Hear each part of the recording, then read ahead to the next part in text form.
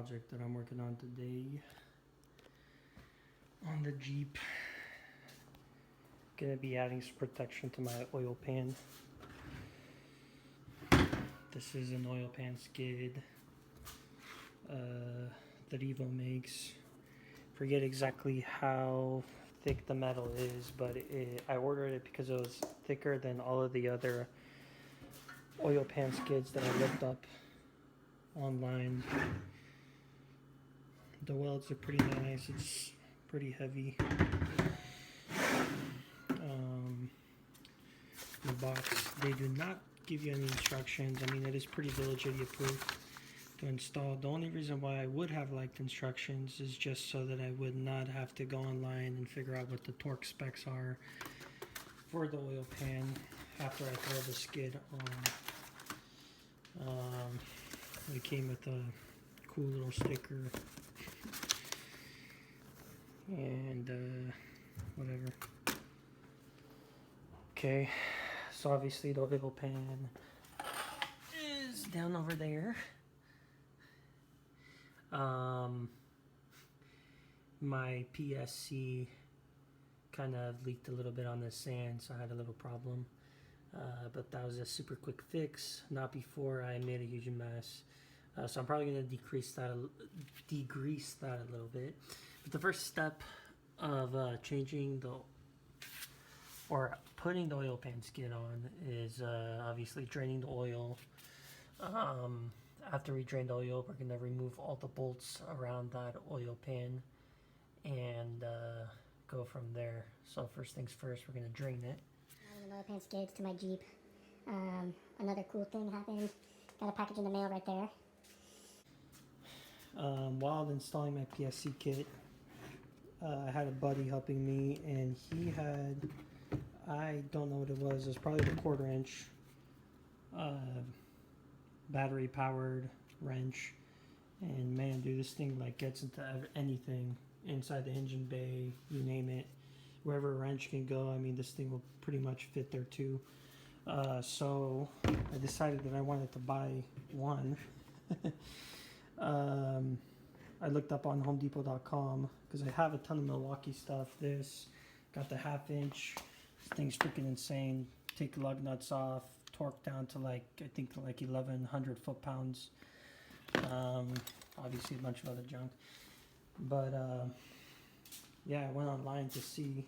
They wanted over 150 bucks, I think, for the smallest one without the battery, just the tool. 150 bucks. To pair, I think it was the 1/4 inch to 3/8 together, they wanted 300 bucks. And I think it came with 2 batteries or maybe 1 battery.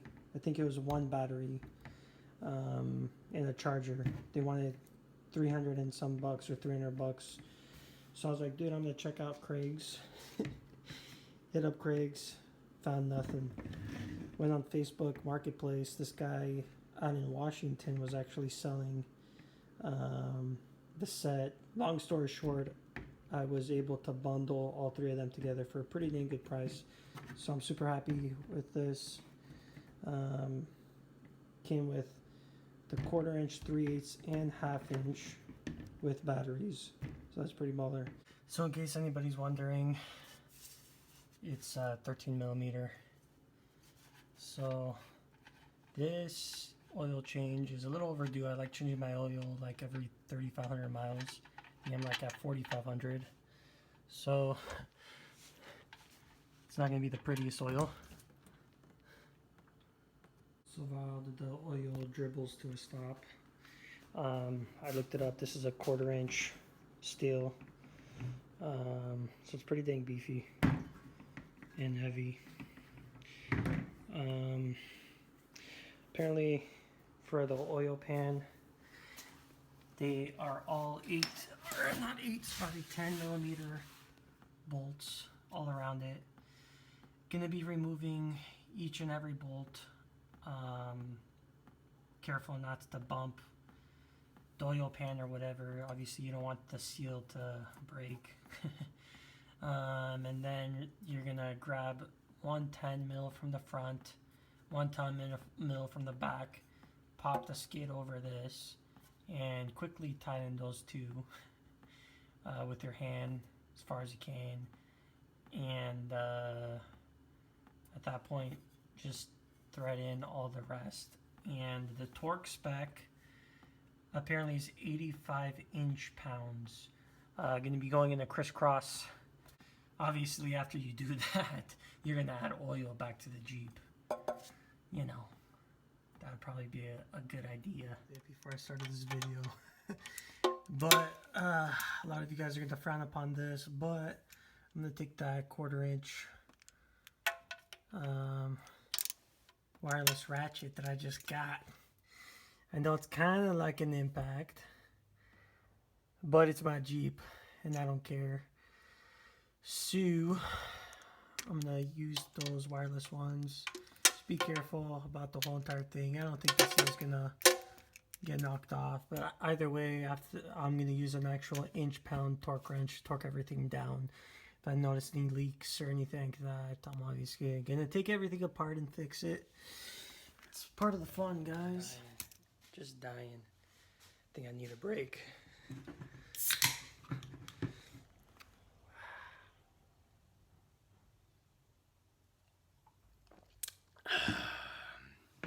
Coca-Cola.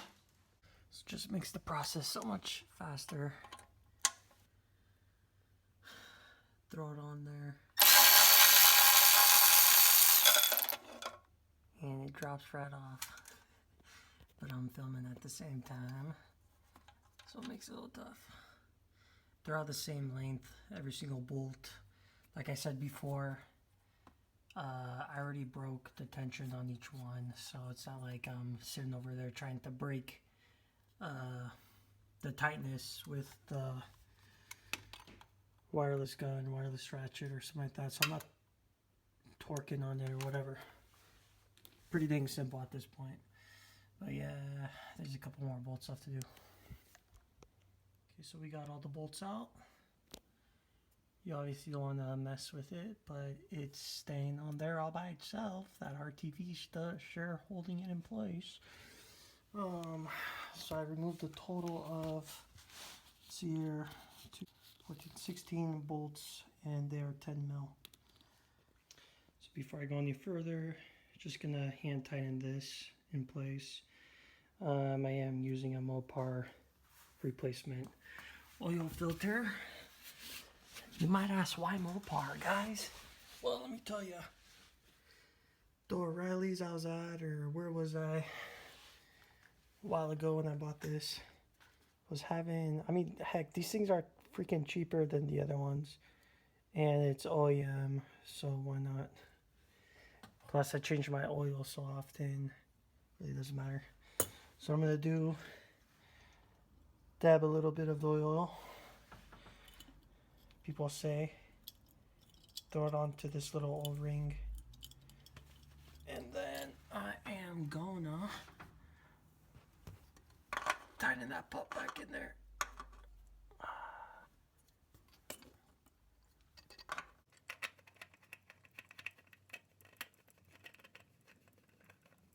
Sweet. There we go. Wipe off the little residue that's on the engine, whatever. Okay, so this is probably the part that you guys want to see. But since I'm a one-man team at the moment, usually am. That's why my YouTube videos usually get like 70 views or less. I can't film myself hoist this in and throw a bolt on, and I don't have any other way of throwing my camera on the ground to film me while I do this. But since I tightened the oil filter up there, hand tightened this bolt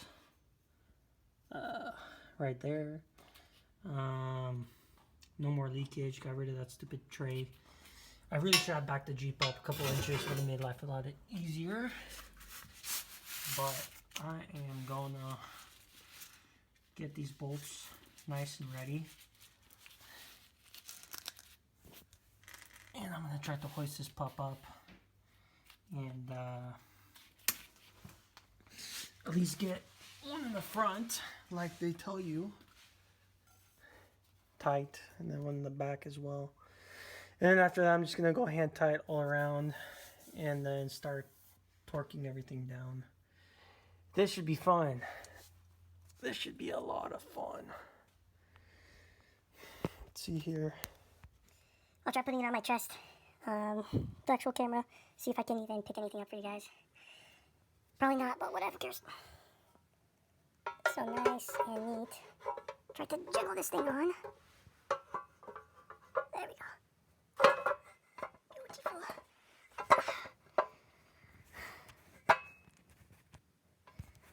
You guys probably can't see anything, but whatever. And this son of a gun is pretty heavy. Start hand tightening this pup down. Whew. Yeah, buddy. Got one bolt in. Now, still holding this pup on, aligned in the proper area or whatever. Granted, I'm left-handed. I'll start tightening this side a little bit down. Shit.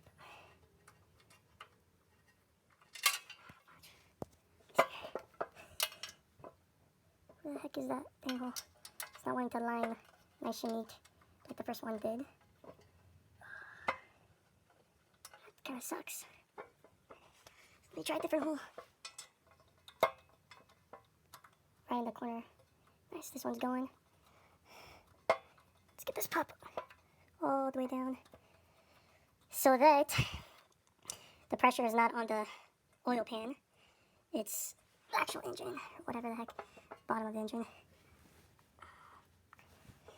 Gonna throw a few other randoms in.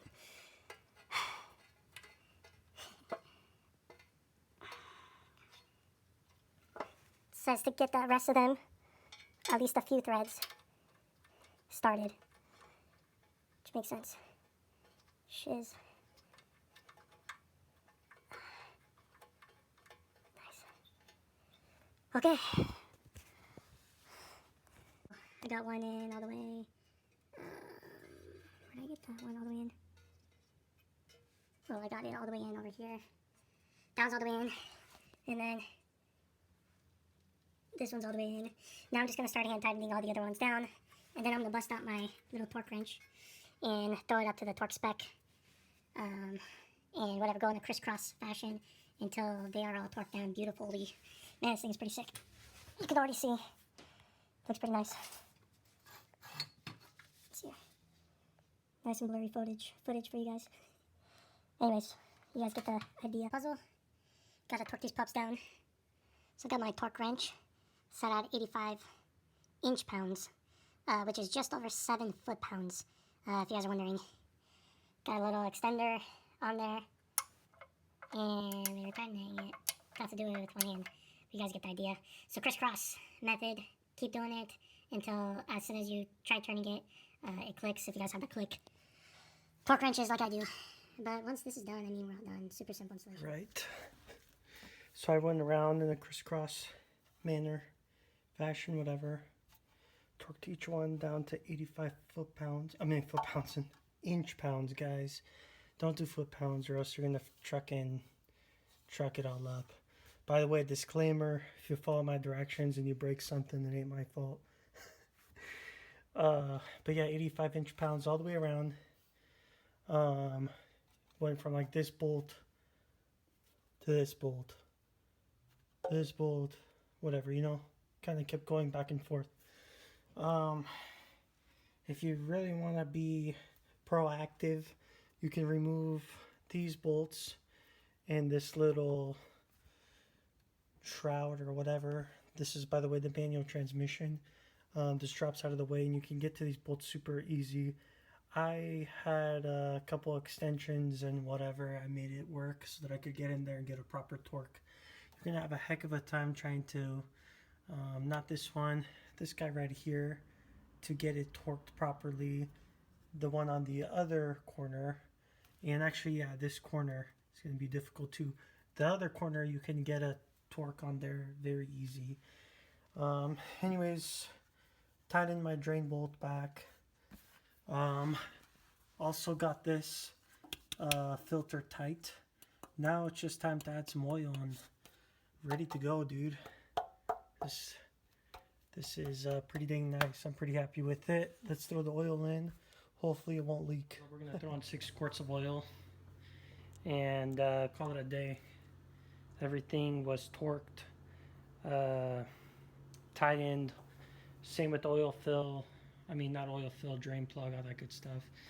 I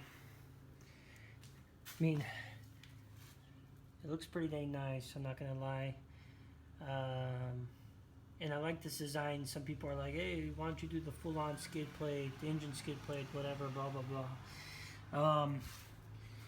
Before I switched to my 1-ton axles, I had this from Smitty built.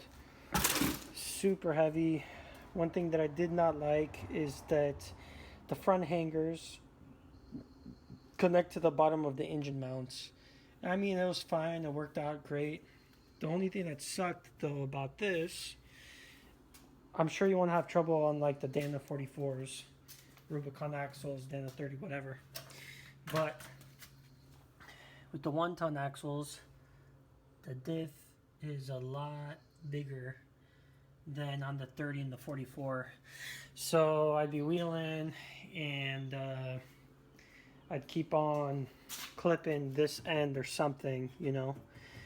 So anyways, didn't like the design, wasn't really happy with it. I'd go over bumps, I'd hear it, whatever. So I think I'm gonna be super happy with this. I've got the Evo for the oil. Got a different skid for the transfer case skid or whatever. And then I've got, this is actually a Rubicon Express skid, gas tank skid plate, which you can see has seen some use. Evap canister, I totally relocated behind the back axle, right up there. And actually, I have a video of relocating it. I think I relocated this thing for, like, honestly, $10 or less. I can't remember what I said in the video. But yeah, super easy. Throw the oil in, start her up, look underneath, make sure there's no leaks, call it a day. We got all the oil popped in, 6 quarts in total. Ran the engine, I'd say like 10 minutes. Checked the dipstick, good. Checked the fluid level in the reservoir on my PSC kit, just because I literally just installed it a few days ago. I want to make sure that that's good. Also checked it on my supercharger, and even that's good, man. The oil's looking good as well. So I ran it. I crawled under there. Looked at every single bolt. Everything looks pretty dandy. Not a leak in sight.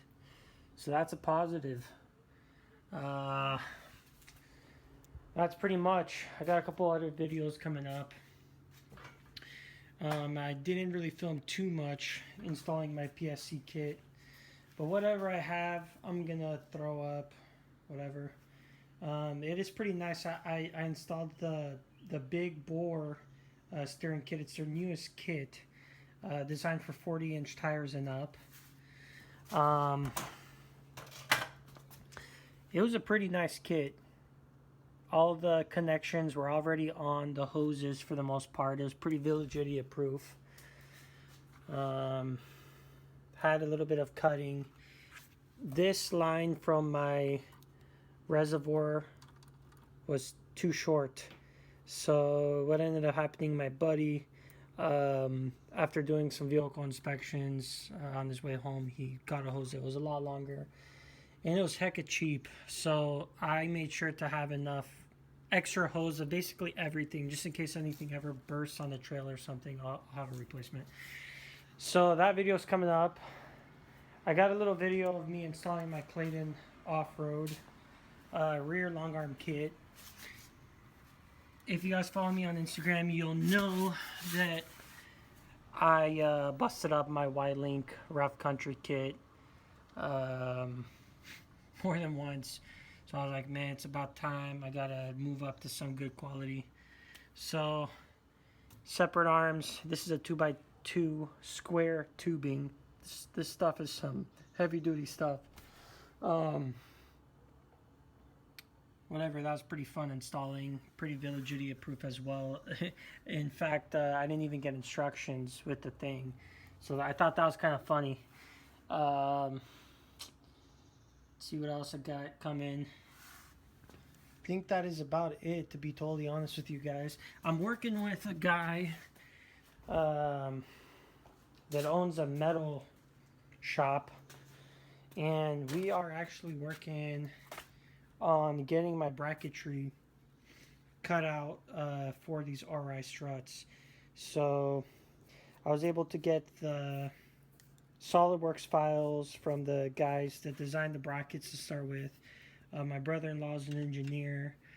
He got them transposed basically into AutoCAD. So right now they're at the metal shop, so stay tuned for that. This is like my biggest upgrade that I've been waiting for since like 1970 some. So that's coming. Everything else, I don't know. Maybe I'll make some videos on wheeling, or I don't know, whatever you guys think is entertaining. Or maybe I'll upload this video and I won't upload another video for like 7 months. We'll see what happens.